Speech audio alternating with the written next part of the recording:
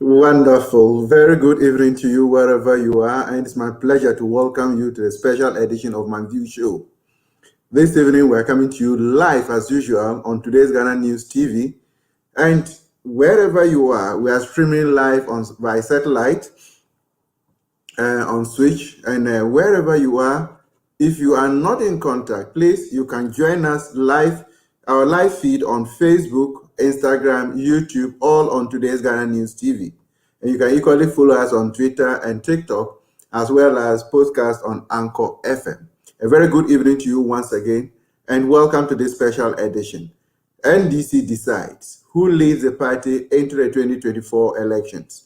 The biggest opposition party, the National Democratic Congress, have been to the polls today to select their presidential candidate and parliamentary candidates. How has the process been? Where have we reached? What are the results? And what's the way forward? Join us this evening as we come on your way on this special edition. Then we share our views on the way forward for the National Democratic Congress. I will be right back after this short break.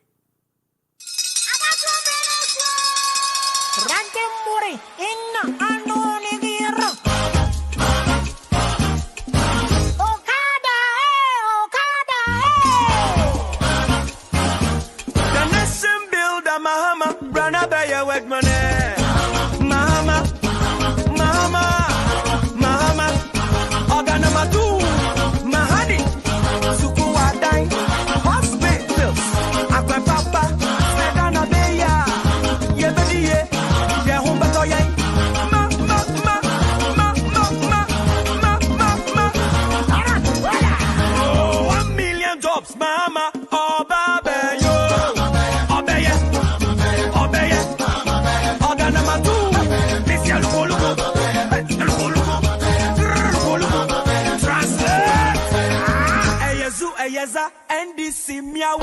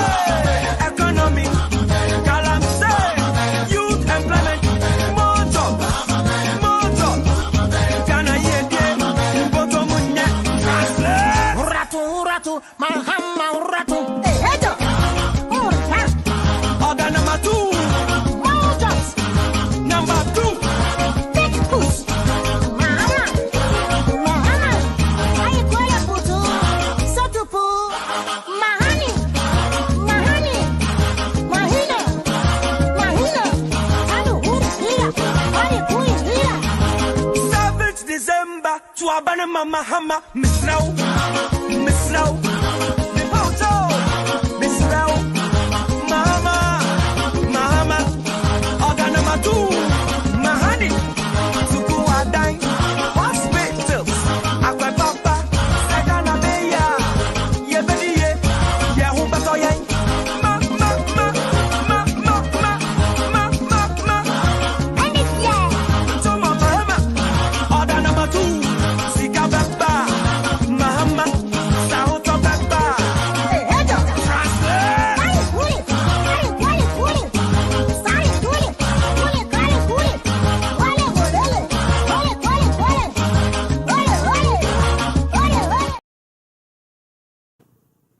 Wonderful. And once again, welcome to this special edition on NDC Decides. This evening, I welcome you all to this special program. And I have three powerful comrades from the National Democratic Congress who will help share their views on the way forward for the National Democratic Congress after their parliamentary and presidential primaries. And notably among them, I have Comrade Albert Alandachie, who happens to be the Deputy Chapter Secretary for NDC in the NDC in Germany. I have a Comrade Sharif. Comrade Sharif is a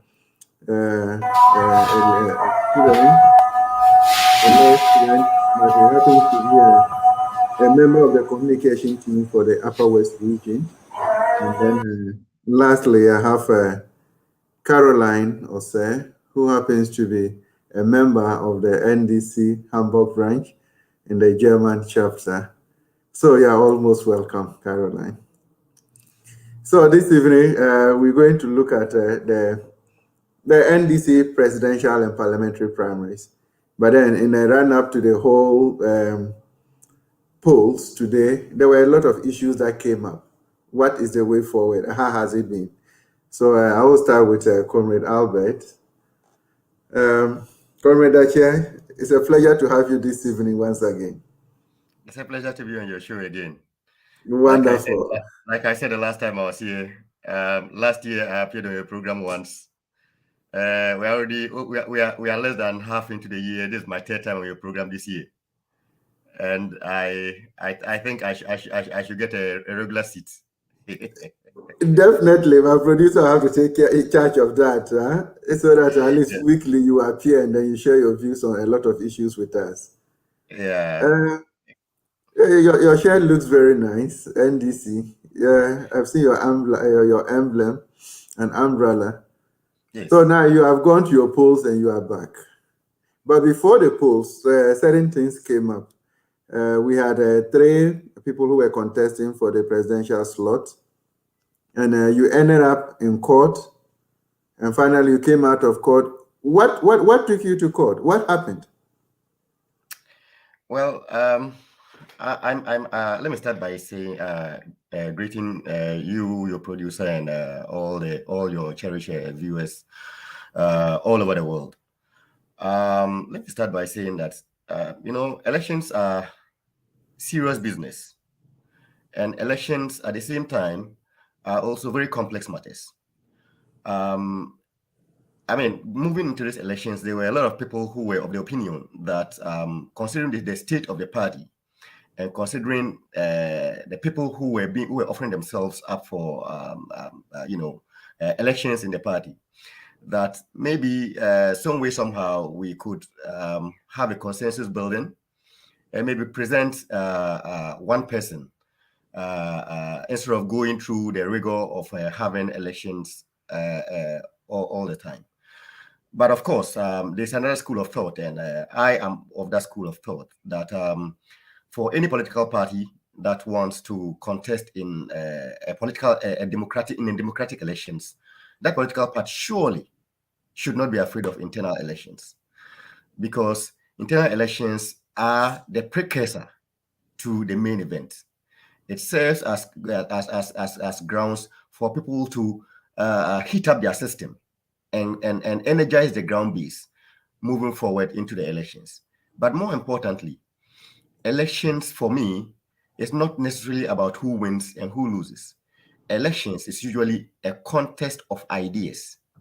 So once you get into a situation where you go into an elections, no matter who wins, even the losing candidate could, in the process of the campaign, bring up the most important of election messages that the party can adopt and move into the elections. So that's why, for me, I have always been a huge fan of internal party elections, and so I was really very happy when we started. We started as three. Actually, started as four. You remember, ahead of the filing, in the process of the filing, withdrew from the contest, Okay. and threw his weight behind the former president, His Excellency John Dramani Mahama. And then the candidature narrowed down to three. Then, as it may be, not everybody can be satisfied in every situation, and the party tried to handle it in the best way possible, and eventually the party succeeded in solving it. And so, for me, that is the most important. The most important thing is that we have reached the bridge and we have crossed the bridge, and then we need to move forward, bearing in mind that this is only the beginning. The heavy lifting comes after these elections. So this is a brief summary of what has brought us here and where we are currently. What a wonderful introduction. So we'll go a little bit into it when I come back to you for a few comments on the role of the Council of Elders in trying to resolve this issue. But if I want to bring in Sheriff, who happens to be a communication team member for the Upper West region, I want to find out from him how the elections have gone down well in the Upper West region. But before Sheriff, Comrade Sheriff, there is this issue that I want you to help us understand. Okay.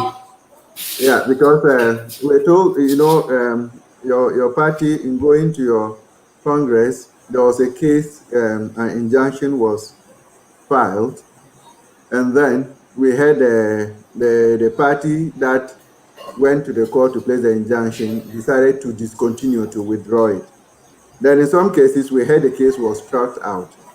Now, there has been this argument, whether withdrawn or struck out, it's good that the case has been taken off and the party has gone to the polls.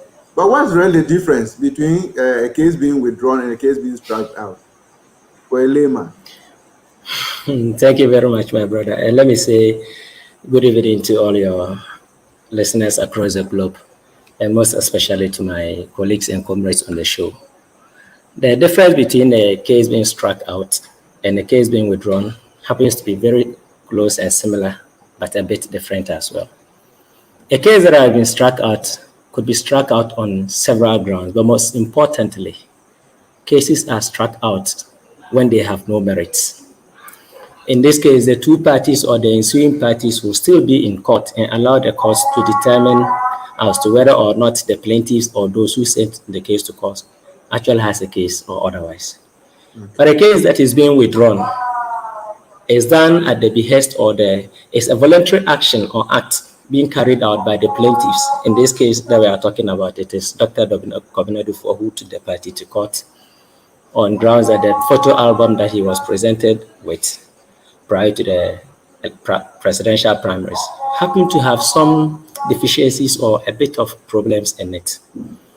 Yes, the party, through FEC, the Functional Executive Committee, had sat him down through his representatives, and if my memory serves me right, he was represented by Dr. The gentleman who was in the strong room for us during the elections at the Coalition Center, not Dr. Pesa White. No. Dr. Mr. Metal Nunu. Yes, he was the one, and Mr. Kukubo, who represented him when they met FEC. And it was agreed that we were supposed to be given, or the presidential candidates were supposed to be given a delegate list, not a photo album.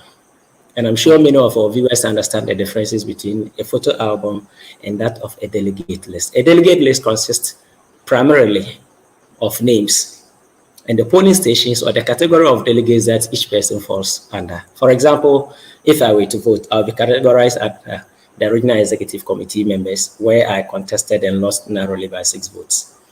There will be an opportunity, or there will be a place for the polling station executives and that of our former appointees, the ministers, DCEs, and other government appointees that we had before. So in this case, the party thought it wise to take a step forward. Instead of giving us a delegate list, let's have a photo album, such that when you come, your identity on the list or on the album should match with that of the national identity card that you come with. It could be the party membership card, it could be the Ghana card, it could be your voter's ID card. Any card that is national in character, you can come with it. So we will be using that to confirm whether you truly are the one on the register.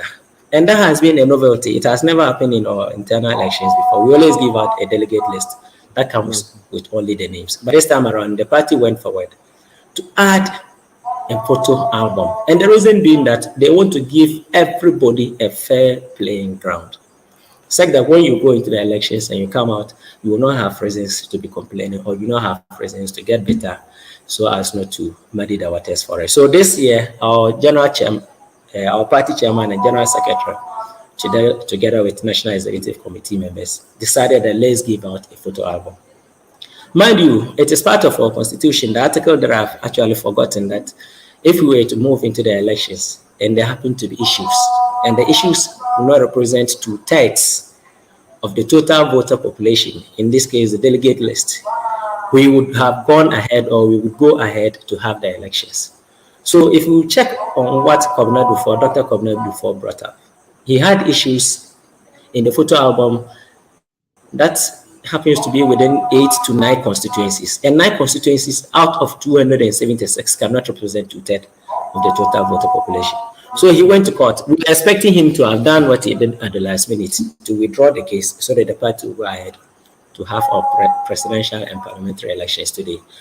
So whichever way it is, we are happy that the case was withdrawn yesterday. He actually withdrew from the case and subsequently also withdrew from the presidential primaries. But then the village person like me who is voting at Wa West might not even know that Dr. Kobina Dufour has withdrawn. So we still have people voting for him.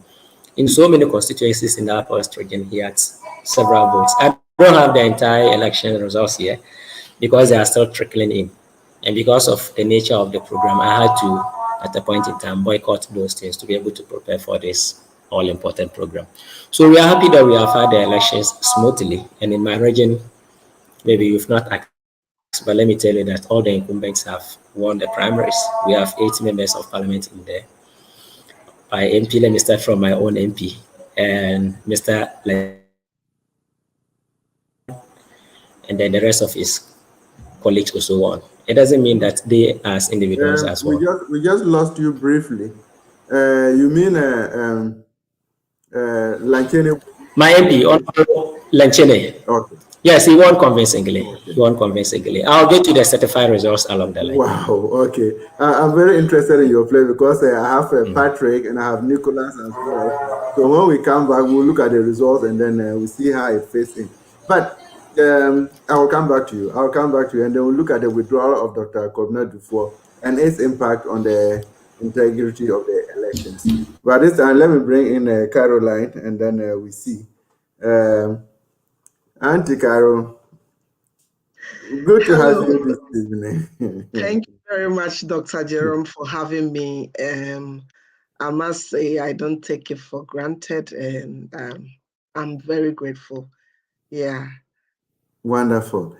I don't know, once you are a strong member of the National Democratic Congress, and NDC has a soft spot for ladies, are you disappointed that at this presidential primaries, there was no lady who's put up herself to contest? Oh, okay. Good evening to your viewers. Thank you, Dr. Jerome, for the question. Well, I am not too disappointed to see that we don't have a lady who has come up and wants to be the flag bearer of the NDC. We all know that we have a JDM, and for us, I believe as women, we all want to back JDM. We believe that he's done a lot for the party. He's experienced, he's done it before. And for us, he's marketed himself. I mean, in the last election, you will recall that he had over 6.2 million votes. And for us as women, we believe that having somebody who has already marketed himself and has done a good job for Ghanaians, and Ghanaians are crying out for him, we think that we should rally behind him. So I believe that the reason why nobody came up, not because they don't have competent women, not because we don't have women who are up to the task, but then we believe that JDM is there, and he needs to conclude what he started, you know, because when you start doing something and you are unable to complete, it's like you have something like a miscarriage of your purpose, the reason why you want to do something. And we all know, we know what happened during the 2016 election. Now the Ghanaian, I believe most Ghanaians, they've come to the reality and they've come to the realization that they couldn't have wished for anybody else but JDM, and they missed that opportunity. So it is in our own interest to support JDM, to come and save Ghana, to come and salvage the situation. You know what Ghanaians are going through. We those in the diaspora, we also feel it, because sometimes we need to support people back home. And if people have jobs, people are okay back home, I believe that we will not be doing what we have to do, you know. So I'm not disappointed at all, because I believe in His Excellency Mahama. I believe that he is going to help Ghana get back on the right track. And so I'm not disappointed at all. And I mean, I'm hoping that he believes in women, you know. JDM believes in women, and he chose Professor Nana Akufo-Addo to be his vice. I'm believing and hoping that he will choose him, he will choose her again, and then the whole equation will be balanced. So we are not left out at all as women. There are so many opportunities. So many of the women are going for parliamentary positions, other positions in the party, and we are not left out at all. Wonderful. You haven't been left out. That is good.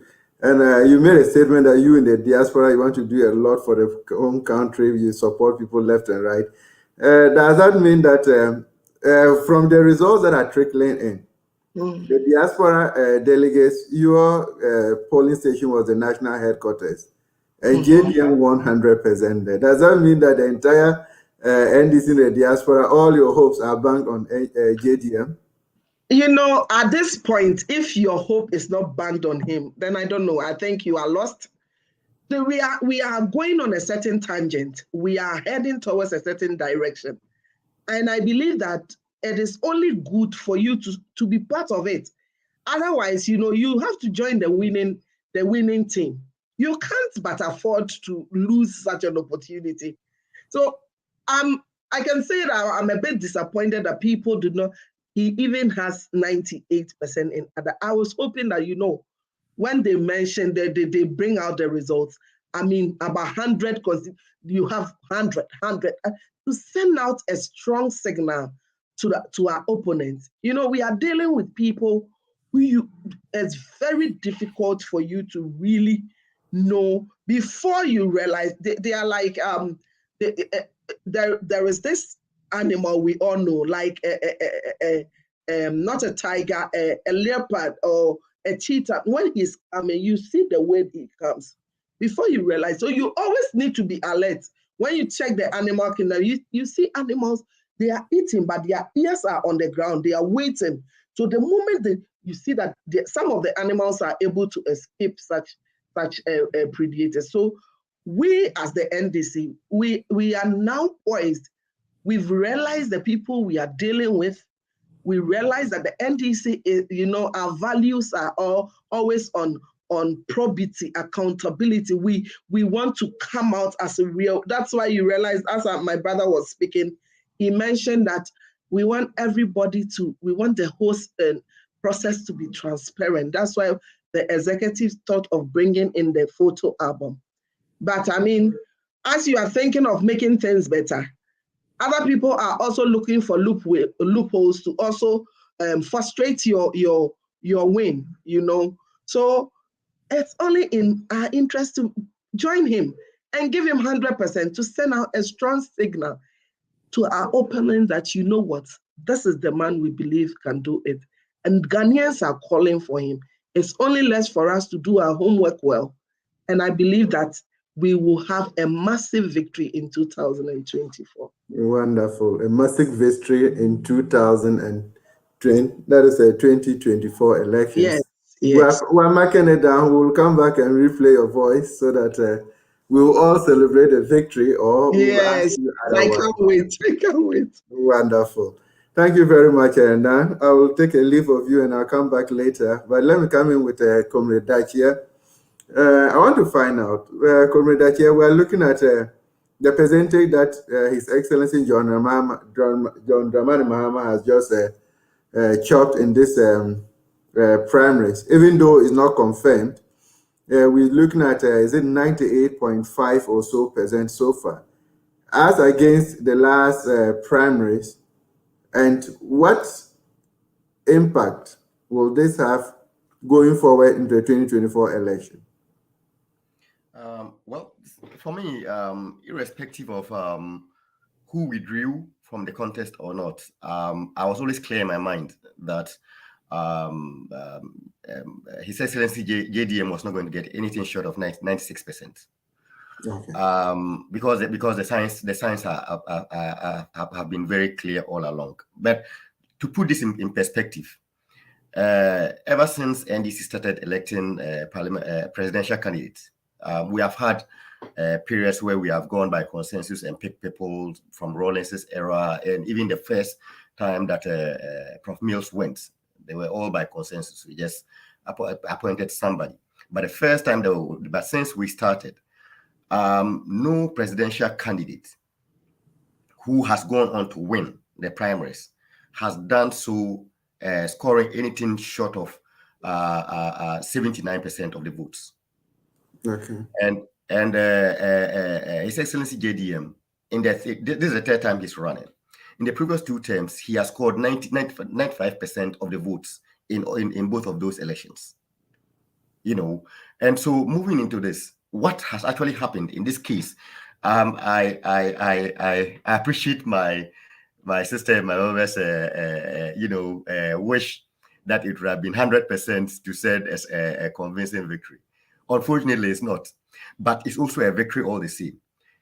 I say it's a victory all the same because he has toppled the previous record of the presidential candidate with the highest percentage of votes in how do you call that, in the primaries. This previously was held by Prof. Mills in the year 2021, when he came up with approximately 96%, 96.11% of the votes. So getting a percentage of 98.56 of the votes puts him in a situation whereby he stands out as the presidential candidate who has gone on to win as much percentage of the votes available.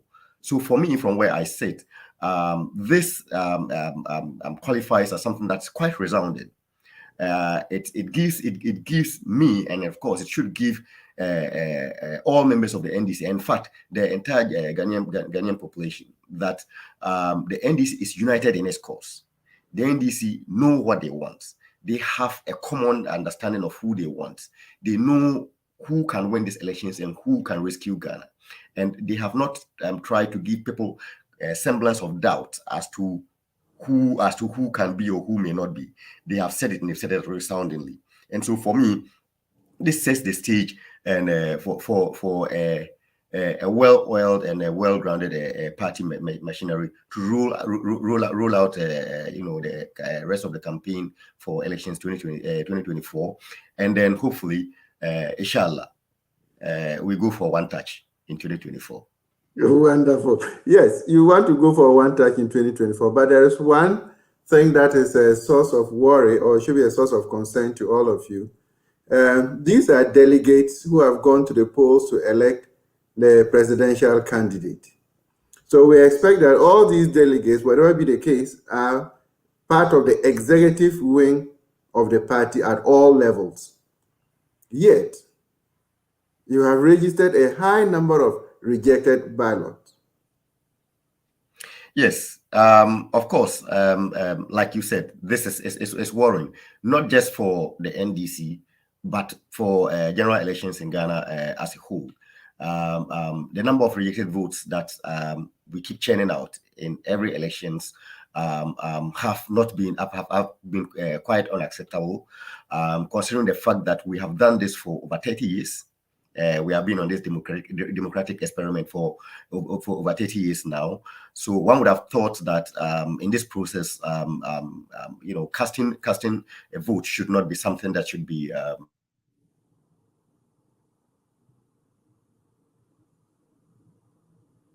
Wow. I think we'll have a little bit of a technical challenge. And then whilst my producer tries to rectify that issue with Comrade Dachia, I will want to bring in Comrade Sheriff. I want to find out if the withdrawal of Dr. Kobna Dufour has an impact on the integrity of the presidential primaries.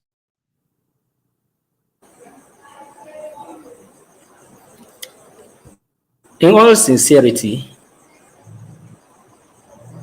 the withdrawal of Dr. Kobna Dufour has played just a large extent, an insignificant role in the outcome of the elections. He withdrew with less than 24 hours going into the election. So he still had his face and picture on the ballot paper. And that is very significant. Without him, we would have had a two-horse race. And certainly some people who voted for him would have voted for GM. So our quest to have close to 100% would have materialized, possibly, if the gentleman who contested didn't do that. But now let's consider this also. Here is the case that Kobna Dufour, just as he said he wasn't going for the elections, he couldn't have controlled the wish and aspirations of people who were going into the elections. So his withdrawal didn't play any key role in the elections. What he rather did was to give us some kind of problems. We are expecting that he shouldn't have even been in the court for the first place, let alone talk about withdrawing. If we take my place, for example, you can talk about spoil ballot in so many constituencies, but in my instance, where I come from, or West, it's still a problem. It would have been reduced drastically or to a very unbearable limit if we had gone in with just 2 candidates, 2. But here is the case, there were 3. And the moment they become 3, it naturally confuses some elderly in society. Yes, of course, we know JM was number 1. And I can tell you, in this modern era, people still go and turn the ballot paper upside down. And this is an internal election which the party could not have, in all honesty, gone into voter education with the grassroots so that they know how to vote. Any attempt at doing that would have meant that they'll be campaigning for a particular candidate. Here is a case, my regional chairman, my heavyweight chairman, who is doing very well, promised getting JM close to 100% of the votes in the Upper West region. So the moment he takes a step and forms up a committee, the last time I was part of those who went around and did same in 2019, we organized ourselves, led by my senior brother, Ibrahim Carlos Chire, who was former secretary for our constituency. We did that, and so we succeeded to a very large extent. This time we didn't do that. So we go into some places and rejected ballot happens to be second. So if the regional chairman together with REC had decided that let's form a committee that will go around and educate the people on the reason or how to vote so as we don't get more rejected ballots, it would have meant that they were out there to campaign for JM. Obviously, we knew JM was going to win this, and I expect him to win not less than 98% of the total votes. So this is the problem we had. But back to your question, yes, Dr. Kobina Dufour withdrew at the last minute, but people still went in and voted for him. Are you aware that it is because of the court case that some others got to know that he was in the race? You remember, when I went to my polling center at Viri in the West District, and I was interacting with the ordinary people on the grounds, shockingly, I met more than 10 people who were telling me they thought it was only JM who was going to the contest. Until yesterday that they started hearing so much about the gentleman, Dr. Kobina Dufour, on radio. And this time around, we have so many radio stations dotted across the region. So they were able to play out that one of the aspirants by name Dr. Kobina Dufour went to court and succeeded in withdrawing the case. So it in a way marketed him. In 2019, when JM contested and we didn't get that kind of publicity for his opponents, they were struggling in some instances to get 7 votes in the constituency. Lemongo, for example, they had 0. But because of this time, the way it appeared on national TV, everybody was watching, everybody was on their seats, waiting to see what will happen in the dying minutes of the game. So his withdrawal indeed did not play any key role. It didn't actually change the result so much.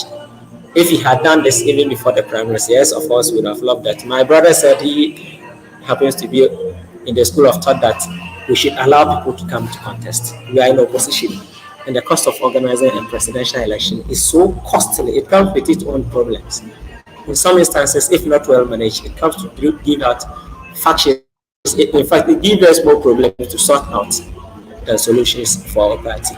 But I'm happy that so far we haven't seen those things. But I'm glad that our people have seen that JM is our surest bet, and irrespective of the court case that Dr. Kobina before brought up, they were still in the race, or they were still in the line and queue all day in the scorching sun to vote for JM to get at least 98% that we so wish. My sister said they wanted him to get 100%. It is quite impossible. Don't forget that Dr. Kobina Dufour has a vote himself.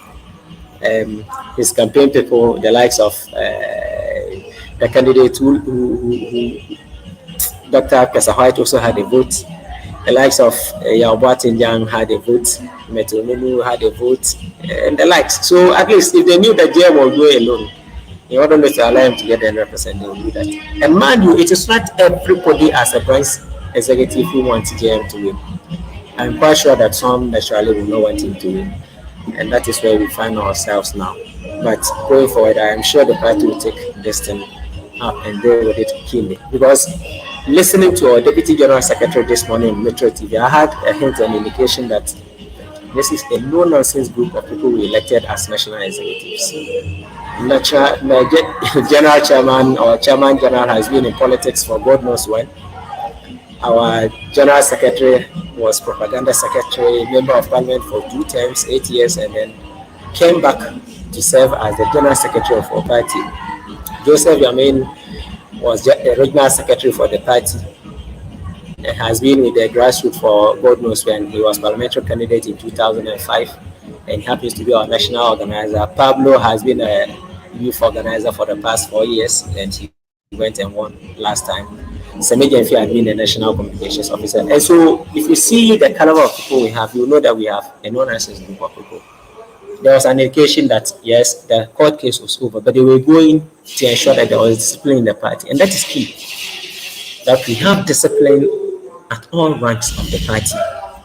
When we are able to do this, then we can foster ahead in unity. We'll be able to deal with the internal problems before we go out and meet the enemy proper. Okay. So, for now, this is what I think the withdrawal of Dr. Kogumedufo's court case has done. It hasn't played so much, it hasn't decided the elections in any way at all.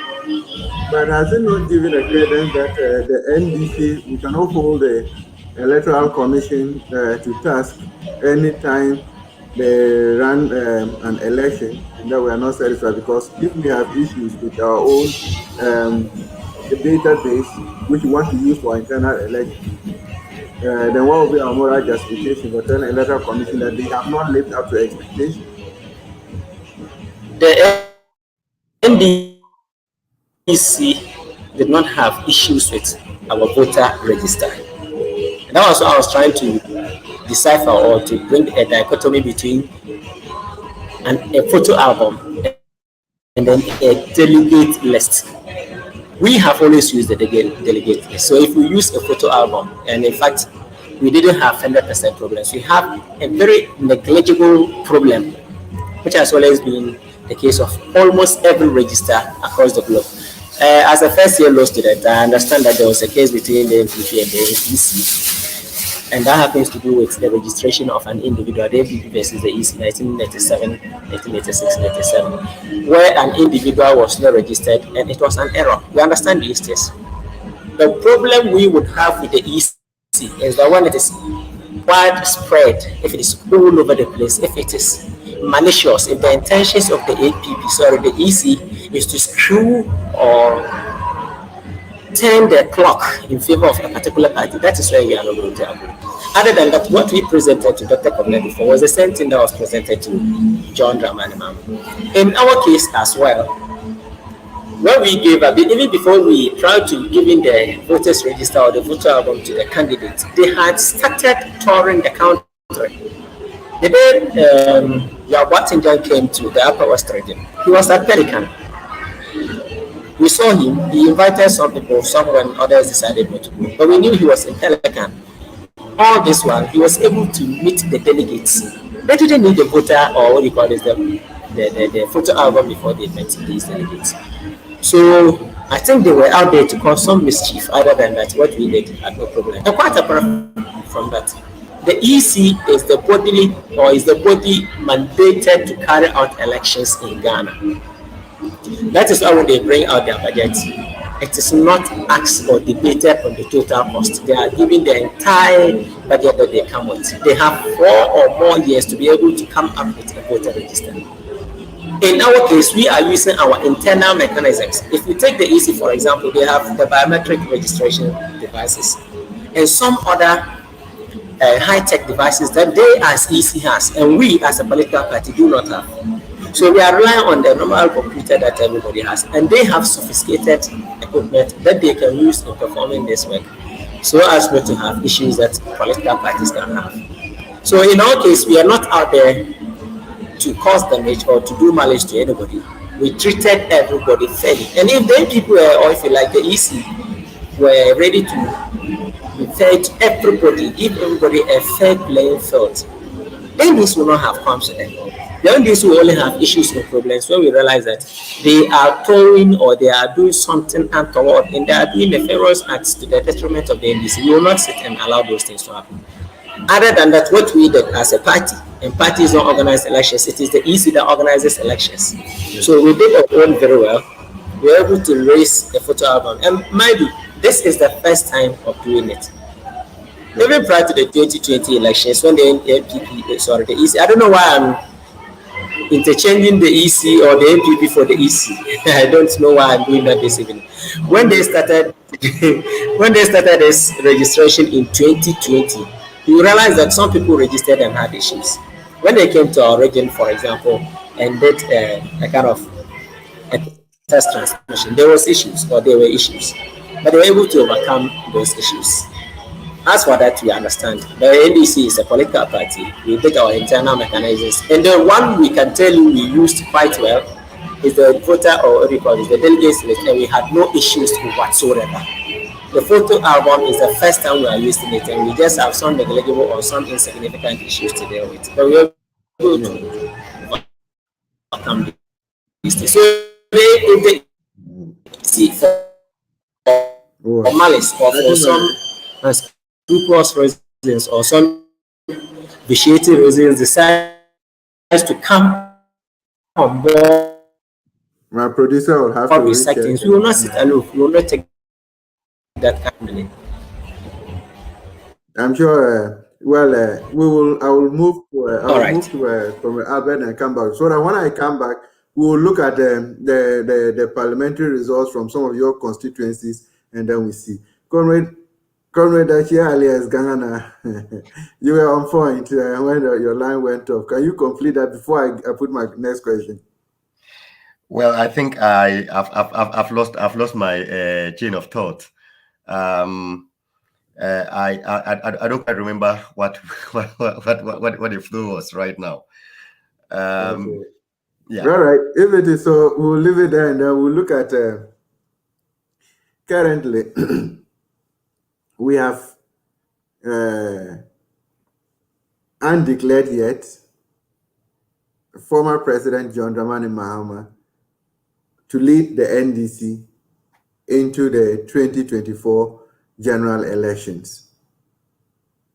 And he's coming up with a very high percentage from the primaries. So we tells you that he has the entire machinery of the NDC behind him. Now, Ghanaians are looking up to the NDC to come to their rescue. But there's a basic question that each person keeps asking every day. In 2020, Ghanaians knew very well that they had gone to the polls and voted for the NDC. And they were expecting NDC to be declared the winner. They were expecting NDC to have come out with about 140 MPs, not 137. But unfortunately, it didn't happen. The question that is still running through their minds is the NDC prepared to protect their ballot? And how are you going to do that? What's the way forward? Well, I think your question have been spread in so many dimensions. So I'm going to treat it as such. Yeah. So when I hear the first part of the question, that when you talk about the fact that he has an overwhelming backing of the party. He doesn't.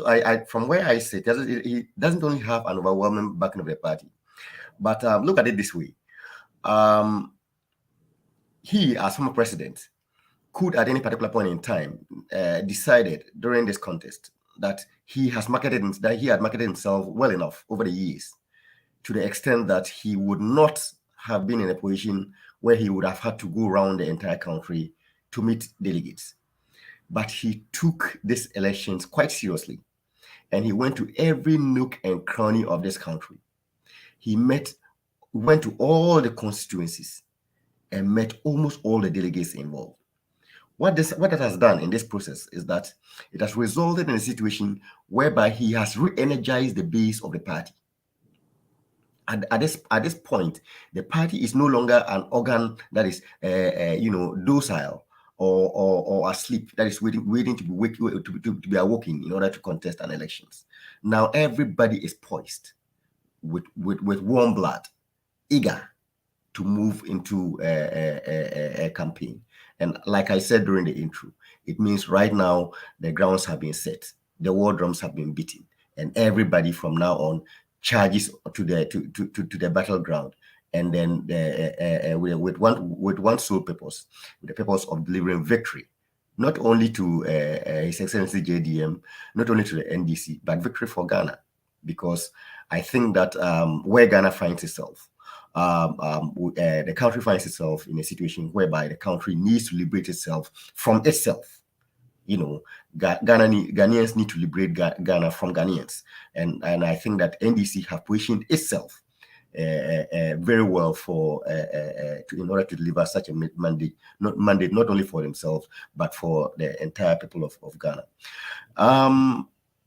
Going back to the latter part of your question as to whether the NDC is prepared to ballot police the ballot, and to ensure that every single vote that is cast is the sanctity of that vote is respected, and that it is recognized as what it is, and given the appropriate treatment that it is. You know, the English say that once bitten, twice shy, right? And if you follow the trajectory of events, you would have seen how the party have been on the heels of the Electoral Commission all through. And you'd have seen how the party, even in the midst of this contest, suspended campaign midway to allow its members, sitting members, to go back to Parliament with a team of what? Securing our democracy. To ensure that that dubious idea that is emanating from the Electoral Commission of using the Ghana card as a sole identity for registration to participate in the elections doesn't see the light of day. That is just one of the things. And this party shall ensure that it matches the EC, not only the EC, but the other collaborators in the equation, which is the MPP, to ensure that we match them boot for boot, to ensure that every vote that is cast is respected and treated as such, and that it is given the true meaning for which it was cast. So the NDC is not resting on its oars. Beyond this, the party has its mechanisms, and build a very strong coalition team, armed with the necessary technology that, unlike the previous elections that failed us, would be robust enough to be able to deliver the results not only to the NDC but to the people of Ghana. So that one you can rest assured. Interesting.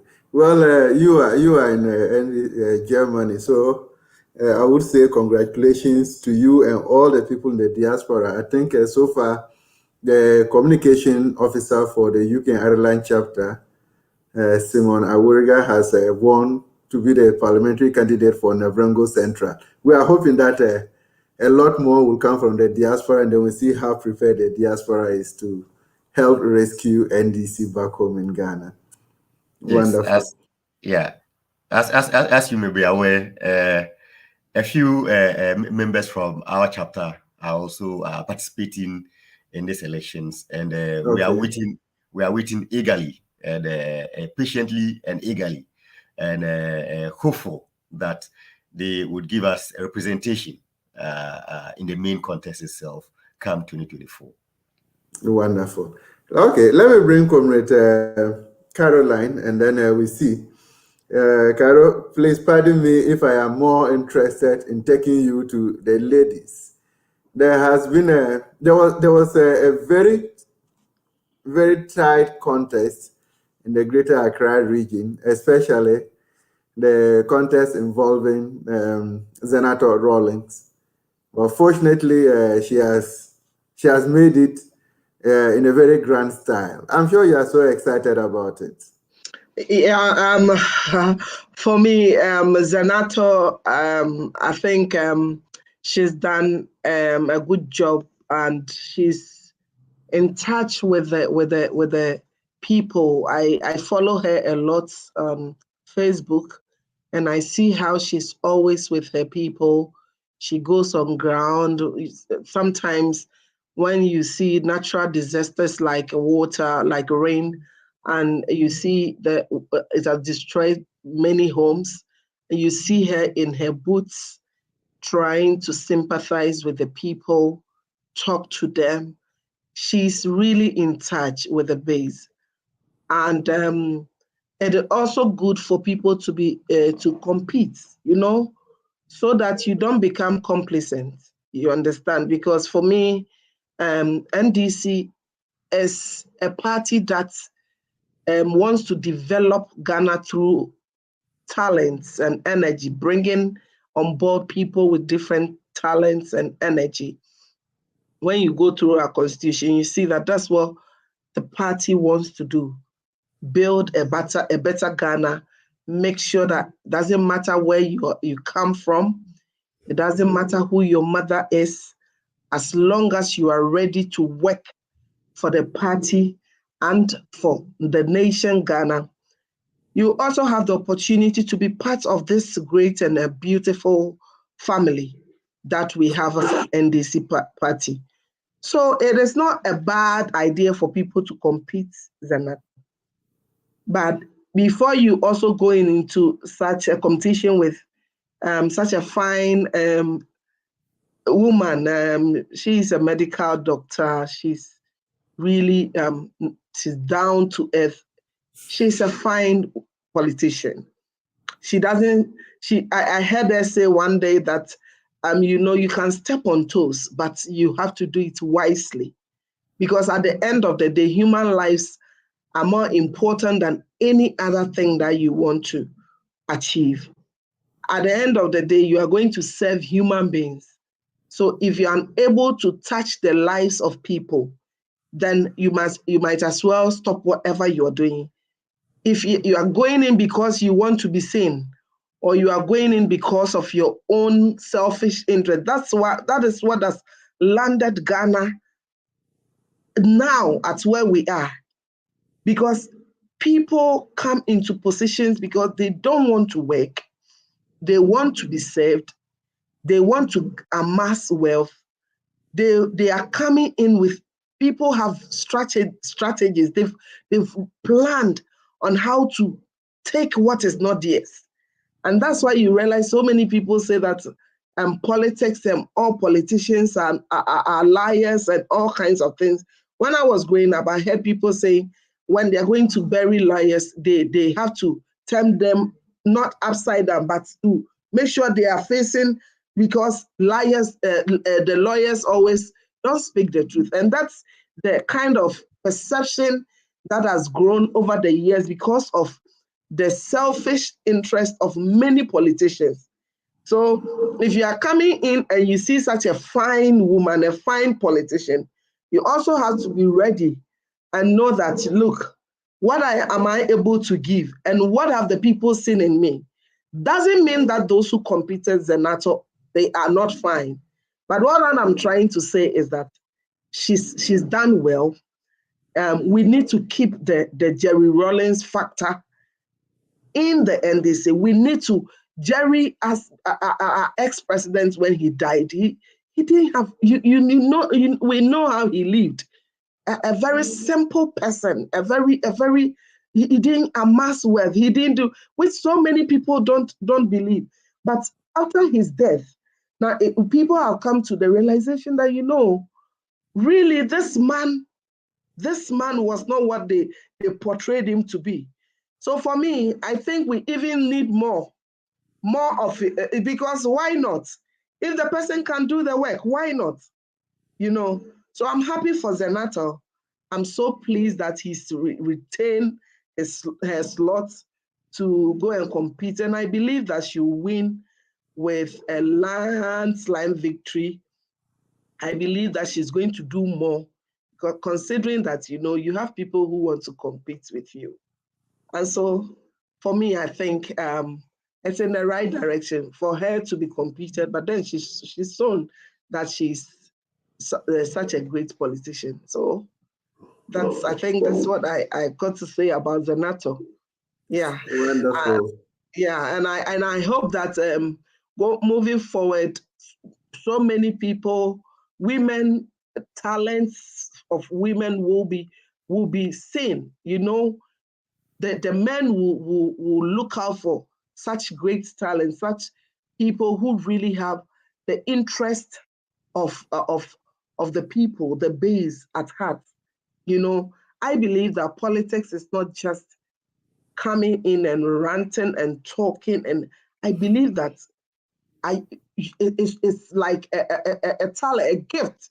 Are you ready to give what you have in your heart to the people? And so when I see people going into politics just because they feel they want to be popular, they feel that is the right avenue, the ground is so fertile for them to make their way. Of course, nobody works, and then when you work, you need to get your remuneration, you need to get your salary, and nobody expects that as a politician you work and you don't get anything. But my point is, as a politician, are you going in just because you've seen that this is a very fertile ground that you can take something? Or are you going in because you really need to serve the people? Because that's what has been going on. And then it has now, over the years, things have changed drastically. When I was growing up, I knew that people tell lies. I knew that people say all kinds of things. But as standards, it has lowered since this government came into power. It's as though you need to lie and really lie your way into power. It's as though people need to say things about people, other people. People need to destroy the images of other people to get into power.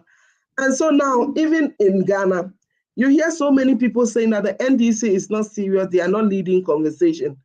You know, I ask myself, when you look at your situation and your condition, what conversation do you want the NDC to lead? I mean, do you want the NDC to come and tell you a lie? Everything that the NDC is telling you is what's on the ground. What else do you want the NDC to come and say? If you cannot realize what is going on and say to yourself, I need change, and say to yourself, I need something different, at least to put the other party in check, then I'm sorry, you cannot be helped. Because you need to know what you want.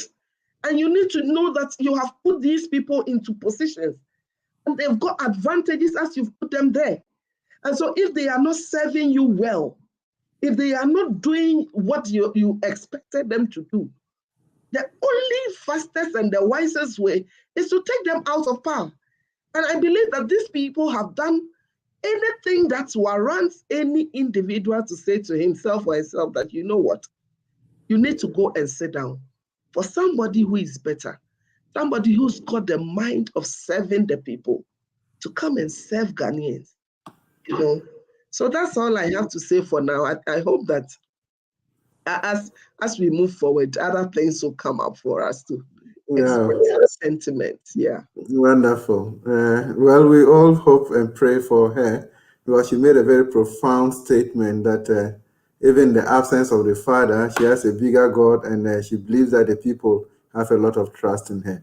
So wherever you are, this is a special edition of MyView show on NDC Decides, who leads the party into a 2024 election. For the time being, I will take the messages from our followers, and then I will come back to wrap up with our guest this evening. Do Rice says, go Caro. Oh, I'm pretty sure this is directly for Caroline. And then that she is followed with Ben Kingdom says NDC all the way. And then my own brother Ose Superior says, greetings, comrades, watching you from Barcelona, Spain. Thank God we have elected our leader. Well, we hope that the results are out there. Robert Kempe says, we are grateful the elections went on very peacefully. John Mahama will surely rescue Ghana from Akufo-Addo's mess. Watching you from St. Petersburg, Russia, and beyond. Nana Tefremu, Nana, all the way from Tatale, we are grateful that you are watching, and greetings to your people who are part of the show through your information center, truly. We are grateful once again. Oh, my small boy Kunti Nana says, John Mahama is the only hope for Ghana, watching from Warsaw, Poland. Country grateful. Maxwell Nati. Maxwell says, I am watching you live from the headquarters, NDC headquarters. God bless you all for the good work you are doing. Max, we are grateful that you are part of the show. Keep doing a lot of good work for the NDC. Award-winning Patience, Darko. Patience says, good evening, Doc, and your guest, watching from Hamburg, Germany. Patience, we are grateful you are part of the show this evening. Time is really, oh, okay. Teresa will say, keep up the good works, watching from Ghana. We are very grateful, Tess, that you've joined us. You are always welcome. And wherever you are, please keep sharing the link that many more people comes to understand the views that we are sharing this evening. And I would come back to Comrade Dachie to put him in a very simple way. Comrade Dachie, now here we are almost set for the NDC, except one or two constituencies. I think the elections goes through all the constituencies right now. Considering your constituency, for instance, is an interesting constituency. The incumbent got a very high margin as against the person who was contesting him. I believe so. You have the results with you. Looking at that results and considering the fact that about 99% of the incumbent MPs all picked number 1 on the ballot paper as against His Excellency John Dramani Mahama. And it's like all of them are coming through. So far, we have counted only 7 losses. Has the number 1 got a magic power for the NDC? Well, that's quite interesting. I don't know whether that's you are trying to feed into my world of superstition or something. In politics, everything matters. Even if the superstition is the one that gives you hope and pushes you over the line, it still works anyhow. But for me, if one thing stands out, if one is to look at the performance of the incumbent MPs, it gives me the impression that this, first of all, one has to take into account the fact that NDC is a party in opposition. It's not a party in government. So if most of the incumbents are winning, despite the fact that the party is in opposition, that gives me the impression that the incumbents they've held their own. They have done maybe some work to have given some confidence to their constituents to still repose their faith and hope and believe in them. That to have recognized the fact that even though they are not a party in government and they are a party in opposition, that they should still have faith in them and believe that once that if they can do it in the bad times, they can do even better in the good times. So that for me is something that stands out for me.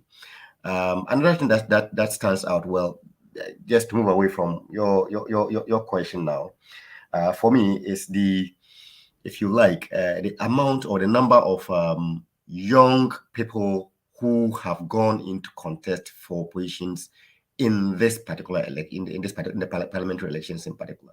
That for me is refreshing. That for me is something that only a party like the NDC can do. It shows the NDC as a party that gives opportunities to the youth and opportunities to people who have the talent and the wherewithal to work. Unlike some parties who will say you should go and join the queue, so that when it is your turn, you come.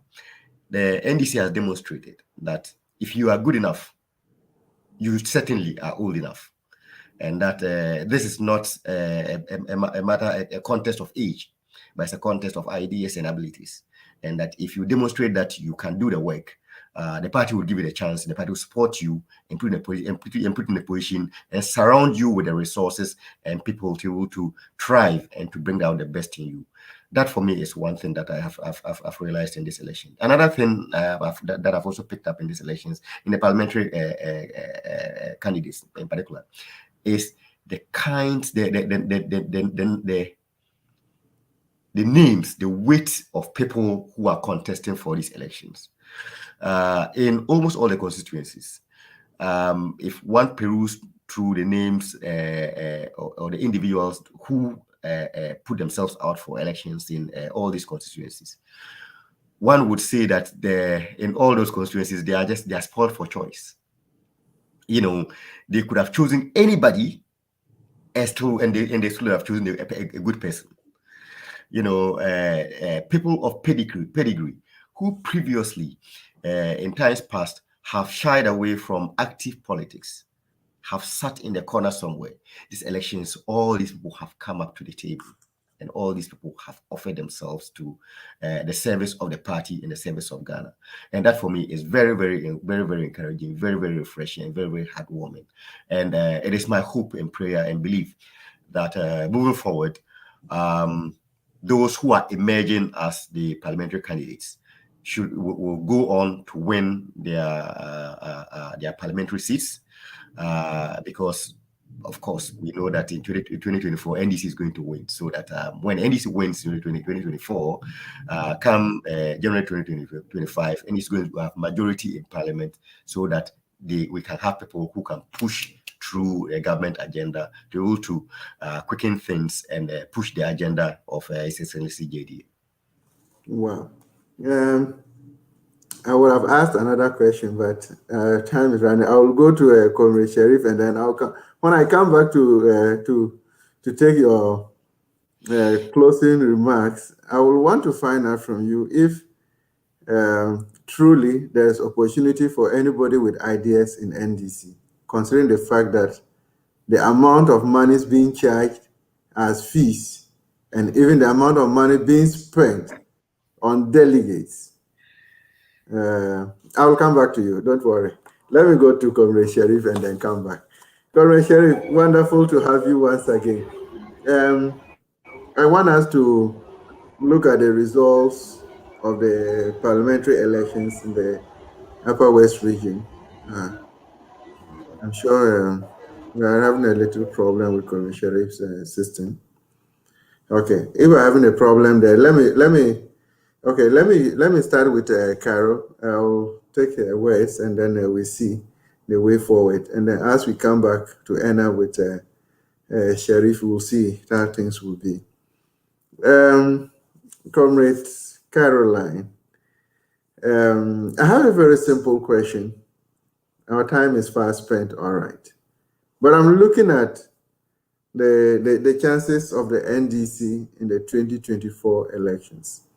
Everybody says that the elections is left with the NDC to lose it. What it means is that from the grounds and everything, it points to the fact that the NDC has the highest likelihood of winning the elections. Mm-hmm. But is the NDC really well organized? Are you united? And are you poised for victory in 2024? Well, that's a very good question. The NDC has its motto, and the motto is unity, stability, and development. Now, the NDC as a party is aware that after every internal election, there will be people who will be not happy. Obviously, as a human institution, everybody has his favorite, and you don't expect that everybody will like what you like. And so when there is an opportunity for positions to be taken, everybody will like to bring his or her favorite.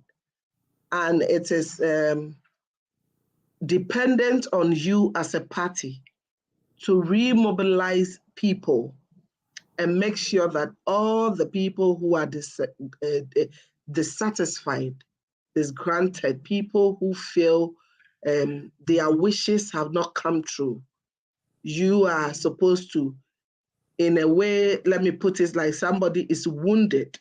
So you need to find a very suitable means of making sure that that wound is nursed well, and also bring the person on board. Obviously, there might be factors that will contribute to people deciding not to continue to stay loyal to the party, the cause of the party, and such internal elections.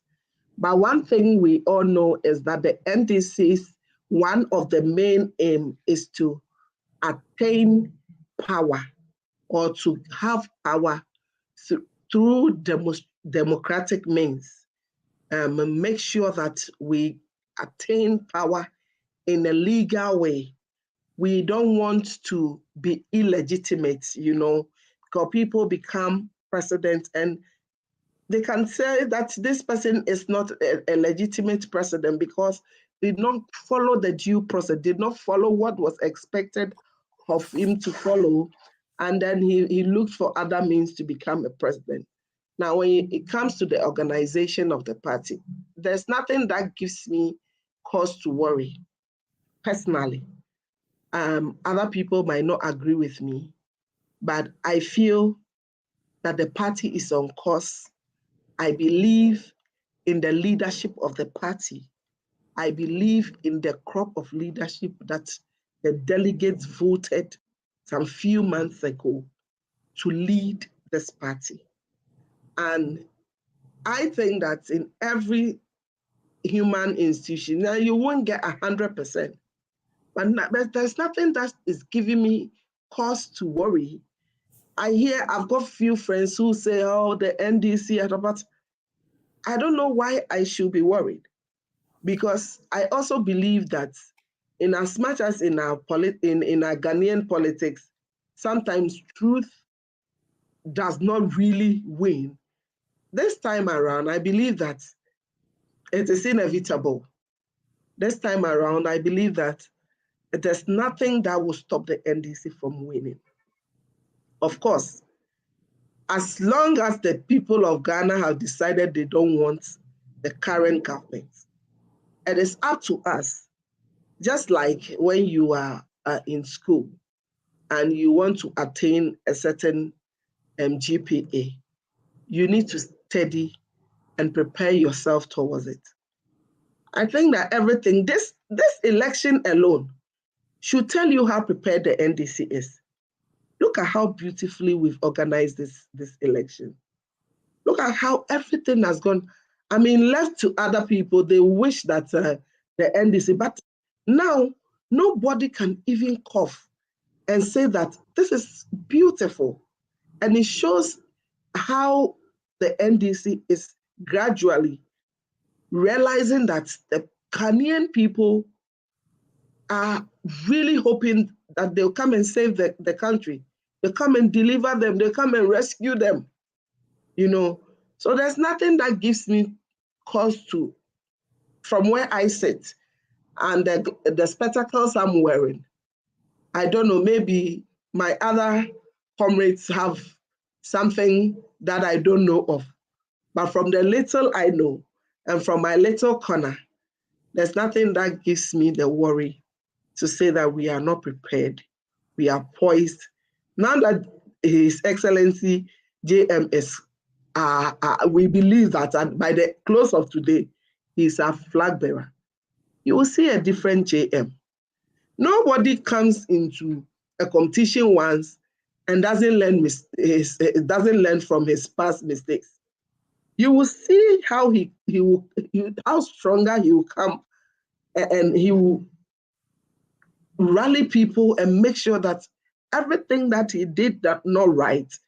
I mean, the time is pregnant, I mean, there are interesting times ahead of us. And all I want to tell the NDC grassroots members is that, you know what, believe in the NDC, go around, tell the good things that JM did so that we can come into power 2024. So that's what I think I have to. Thank you very much, Carol. And unfortunately, our time is fast spent. We are grateful you have joined us this evening, and hopefully, we will have another opportunity to have you on this show. Maybe you now do it might reverse the other way. Let me keep it for now, and then you get to know. I think it's good you keep. Yeah, Yes. yeah. Yes. So Yeah, I get but to Comrade Dachia, and then we see. Comrade Dachia, it's interesting, but there is one thing. Our time is fast spent, and but I want you to make a comment. I told you something before I went off. I hope you have thought through it. How are you going to respond to that? Well, as to whether there's space for ideas in this elections or in the NDC, I would say that definitely if there's no room for ideas within the party, then the party must as well just shut its doors and go to bed. Because, like we say, politics should be the festering ground where ideas are nurtured and ideas are groomed. Because ideas are the ingredients with which parties are built. Ideas are the ingredients with which nations are run and governed. And I, of course, vote buying is something that is of interest. That should be of interest to anybody, not only to the NDC, but to everybody anywhere. Because as we know, when people resort to vote buying, it's usually as a result to the fact that they do not have messages to propagate. And so the only currency that they have to exchange for votes is usually money. So if vote buying becomes the order of the day in any particular dispensation, any particular elections, then of course that means that the people who are going to emerge from that contest are going to be people who are going to be bereft of ideas, bereft of knowledge, and bereft of expertise to be able to govern. There have been quite a number of instances of clear pictures of vote buying, but I am convinced from where I sit that observing the contest throughout the presidential contest, the parliamentary contest that I've observed throughout, I've seen that most of the contest is contest of ideas rather than contest of resources or contest of vote buying. And so that gives me the impression or the conviction that there is space in the NDC for ideas. And in fact, if one has kept his ears on the ground throughout this campaign period, one would have seen the very wonderful and lofty ideas that have been propounded. And I have no doubt at all that moving into the elections itself, very, very fertile ideas are going to come up. Ideas that are going to be able not just to pushing the party well, but ideas that are going to be used to rescue the Ghana and to be able to develop the Ghana that we want. And once we put His Excellency John Dramani Mahama on the throne. The Ghana that we want. We wish you all the best. Please, I know Ghanaians are looking for alternatives, and should it be the National Democratic Congress, why not? We all want a better Ghana. If the Ghana that we want is going to be given to us by the NDC, why not? I would take a comment from Comrade Sharif, but if he's not available, I'll come back to you, and then we'll wrap up the show. But Comrade Sharif, let me see if he's available. I have a question for him concerning the team around the team Dufour. That's my worry. I hope he'll be able to help me understand certain things. Yeah. I believe we're having a lot of challenges with Comrade Sharif from the Upper West region. But no problem. Okay. Good that we have you here. I hope you can hear me. I have a concern. We missed you a number of times, but our time is fast spent. All the same, I want you to look at the team around the campaign team around Dr. Kobna Dufour. You see, all of them are people that have issues with the NDC party. So could it be that because they have issues with the NDC party, or they have issues probably with John Dramani Mahama, that has caused them to find somebody to come in there to sort of cause a lot of disunity in the party by virtue of their output?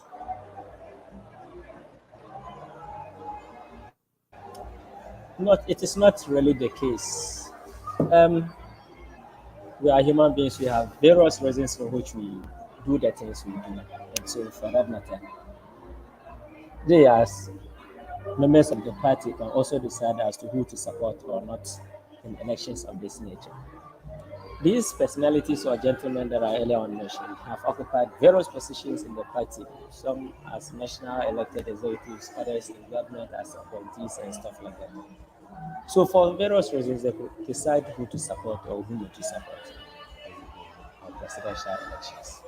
I don't want to believe that it is by any act of John Dramani Mahama or anybody in the NDC that would warrant the actions that we are seeing from these leading members of our party. Mind you, they have benefited in one way or the other.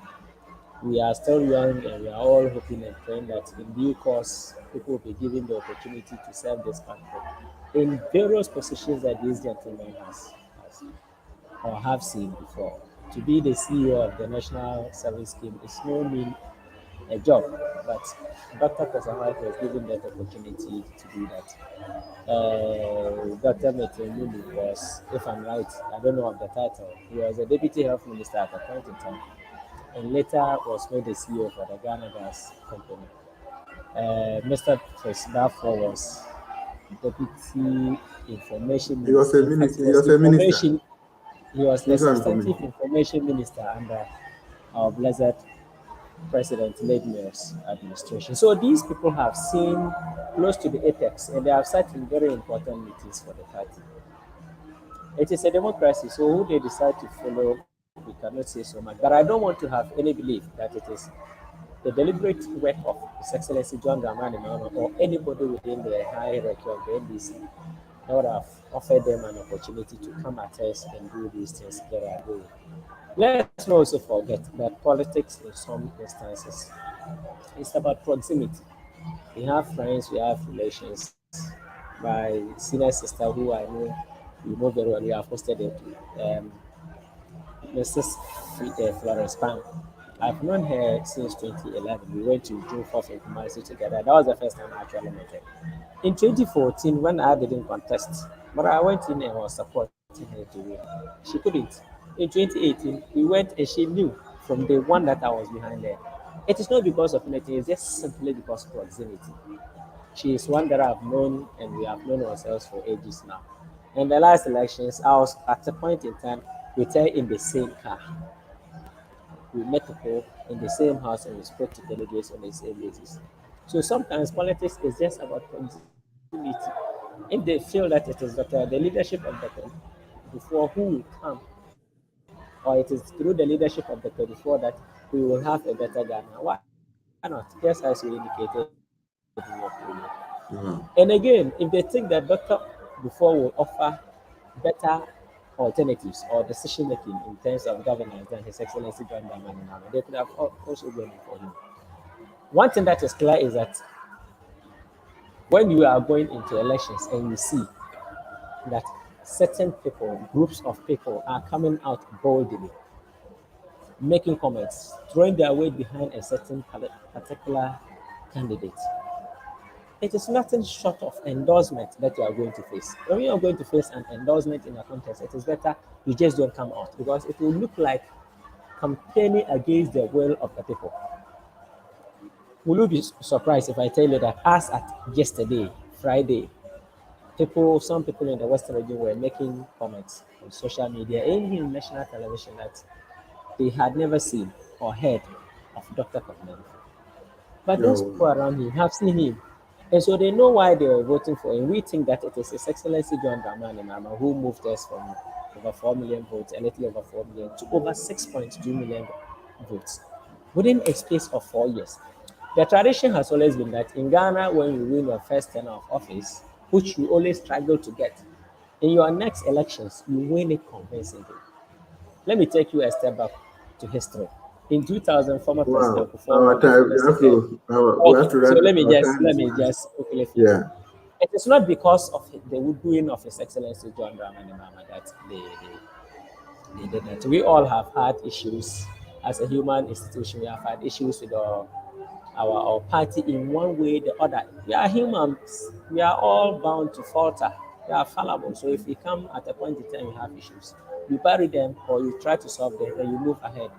So if they think that there were issues, it is still not too late. We have gone for the presidential primaries. By the time we are done with here and an hour or so afterwards, I'm sure the EC would have declared His Excellency John Dramani the victor.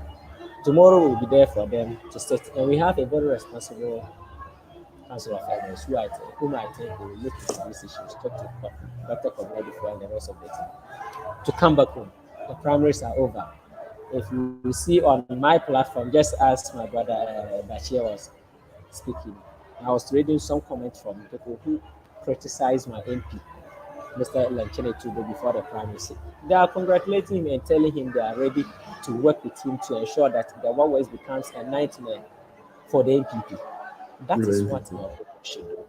So I am glad that the elections has gone on smoothly, just a bit of skirmishes in some places, but this is normal. We expect it. At least let me be a bit propagandist here. We have not passed bath anybody. We have not butchered anybody. It is just a war of words that we express to each other, and the NDC is the automatic winner. The NDC is the automatic winner. Thank you very much. We hope that with time we'll have a lot of engagement with you, and we'll be able to see what the NDC stands for the people of Ghana and then the way forward. Thank you very much for your time once again. And to our viewers out there, this has been a special edition of MyView show on NDC Decides, who leads the NDC into the 2024 elections. So far, the results that have trickled in shows that His Excellency, the former President, John Dramani Mahama, has about 98.56% of the votes cast, and obviously, he is going to lead the NDC into the 2024. So it has been a pleasure coming your way this evening. And as I said, on Monday, we will be back to look at the matters arising as a result of these presidential and parliamentary primaries. A very good evening to you, and thank you for being part of the show. Wherever you are, have a blessed good night. God bless us all. Bye.